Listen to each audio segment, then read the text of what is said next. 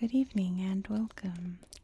Tonight we will be going over the history and geography of Baitsi in Nauru. First of all, it's officially named Baitsi, but a lot of places, including Google Earth, have it spelled Baiti. Which, sure, maybe it's a dialect thing, I don't know, but half the time this comes up more, but it's officially called Baitsi. But with that out the way, let's talk about Nauru. Here's Nauru.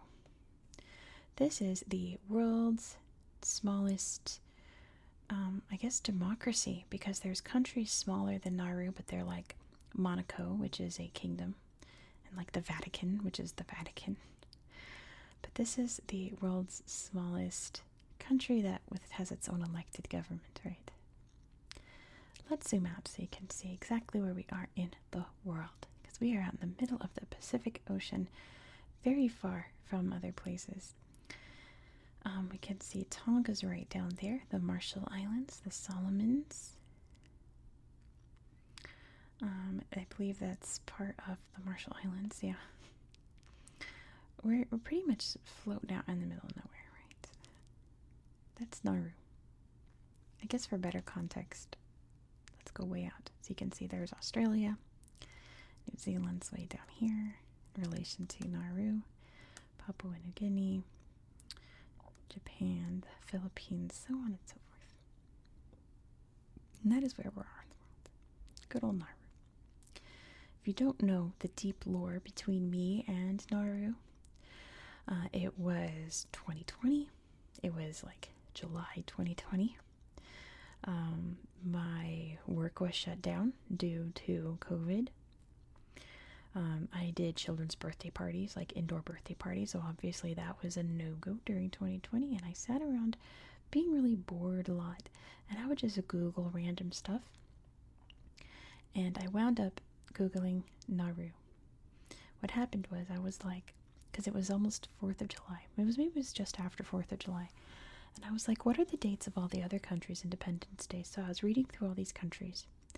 I got to Nauru, and I'm like, I actually don't know anything about Nauru. And I read that Wikipedia article, and my jaw just kept dropping and dropping and dropping further and further. It was pretty much on the ground. I could not believe the history of this tiny island was so absolutely chaotic and wild and unbelievable that I was like, I gotta tell the world about Nauru. And I had been toying the idea with starting ASMR, but I didn't know how to do it. I knew I wanted a gimmick, and then I was like, boom, geography, ASMR, so I can talk about Nauru. So here we are. I get to do my favorite thing and talk about Nauru.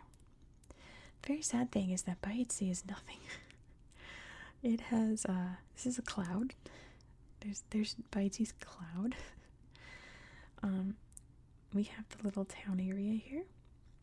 We've got, you can see the coral here, which is quite an issue for Nauru. One of the main issues plaguing Nauru is that they cannot have a very large dock because this is a coralline island. It's made out of coral. So you can't really put a ship in if there's a ton of coral there. You'd have to dig it all out, which is a long and very damaging process to the environment. So Nauru does not have a port. The closest thing that they have is further down here, but I think I've already talked about it in another video. So, what is there to talk about here in Baitsi? When we look at the landscape, we can slowly see the history of Nauru, because we look past the settlement here along the coast, and we see this kind of very rocky landscape, trees interspersed, but absolutely destroyed land. So what happened here? Well, in 1900, phosphate was discovered on this island. Phosphate is a mineral that at the time was mainly used in fertilizer, but it had lots of other properties. And it was essentially fossilized bird poop. And seagulls had been coming and pooping on Nauru for hundreds of thousands of years, right? So it turned out that Nauru had a lot of phosphate, like a ton of it. Like Nauru was just a money island. So mining went underway, and you can even see just over here on the outskirts of Baitsi, you can see one of the main mining centers here.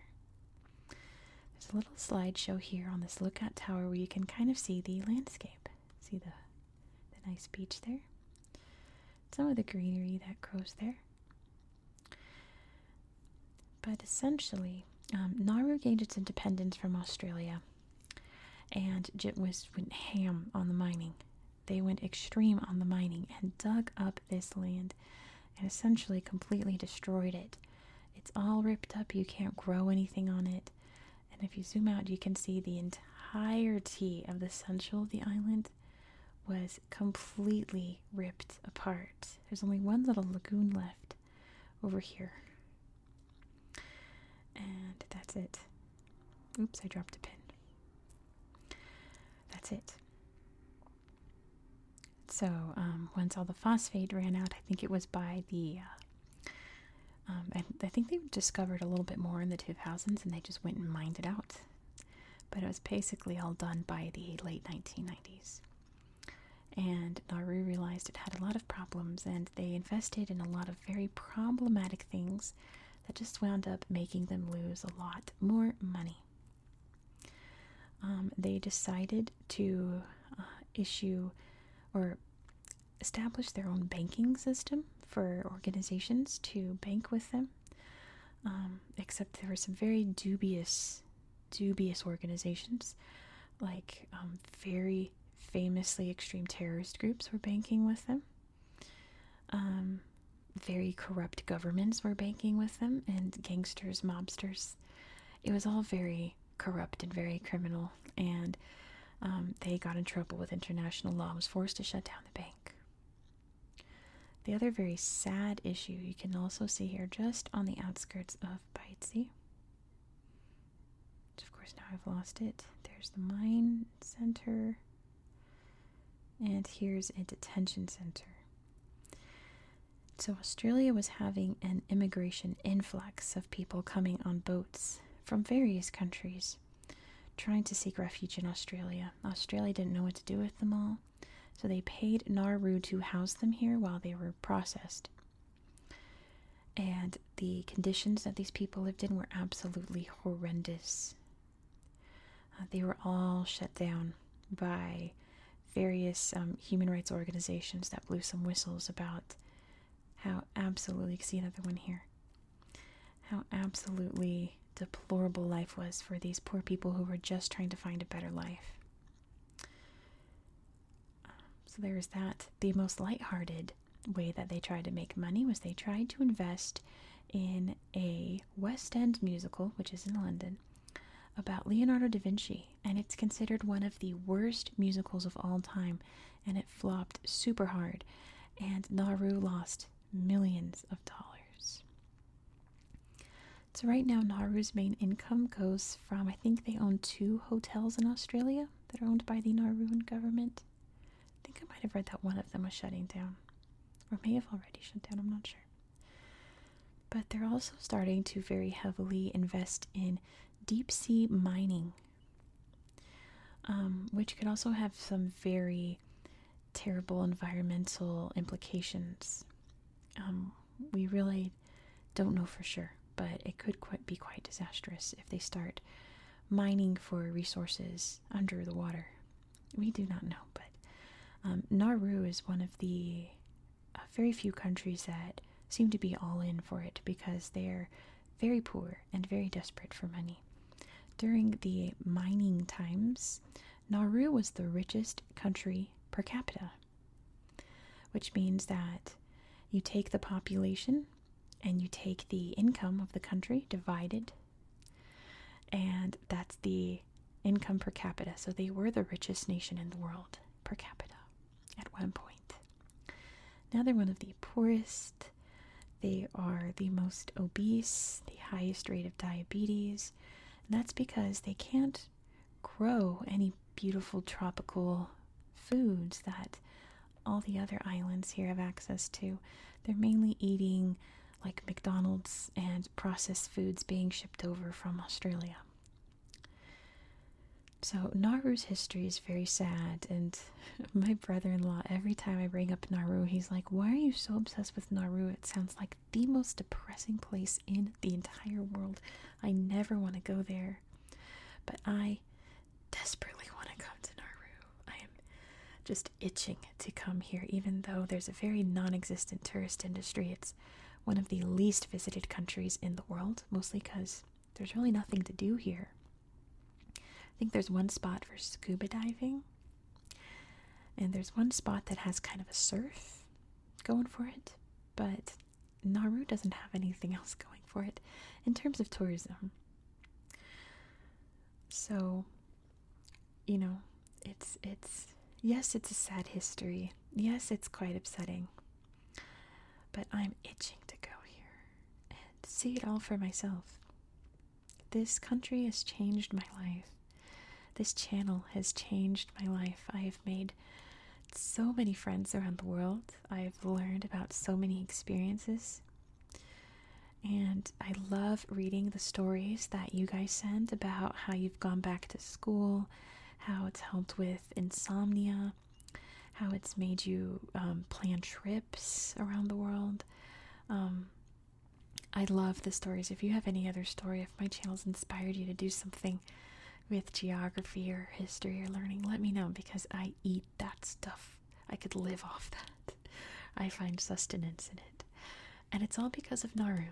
It's all because of this place, or this channel would not exist straight up if it weren't for little Nauru. So I'm very grateful for it, and I want to say thank you to this country in some way. And it's going to be in a visit. I don't know when. I don't know how. But oh, for sure it's going to happen someday. And I'm going to come here to Baitsi, and I'm going to find something really cool. If I turn on the everything, we have a restaurant down here, which has no pictures. And we have a corner store, which looks like it has a little gas station there. So clearly there's things here, and I'm going to come and see it all someday. I'm going to get in this water. Even if it's all rocky and full of coral, I'll bring swim shoes. Might just wear tennis shoes. And I'm going to see it all for myself. I'm very determined. I don't really care that there's no nutritional food. I don't really care that almost everyone here smokes cigarettes. I live in Reno right now. Everyone here in Reno smokes cigarettes. I'm coming. Nauru, I'm coming for you. You better watch out. Someday I'm going to be on this island, and I cannot wait. So, that being said, thank you very much for watching. If you enjoyed this style of content, please consider subscribing. It's not going to be this chaotic, off the cuff, I have no script, I did all that off the top of my head. I love Nauru. That's not going to be a lot like this, to be honest, but we've got some exciting places to go next. We're heading over to Mexico, and you're going to want to see the very, very beautiful sights of Baja. So be sure to subscribe so you won't miss out. I hope that you found this video to be relaxing and educational. I really do. And I hope that you have a good night.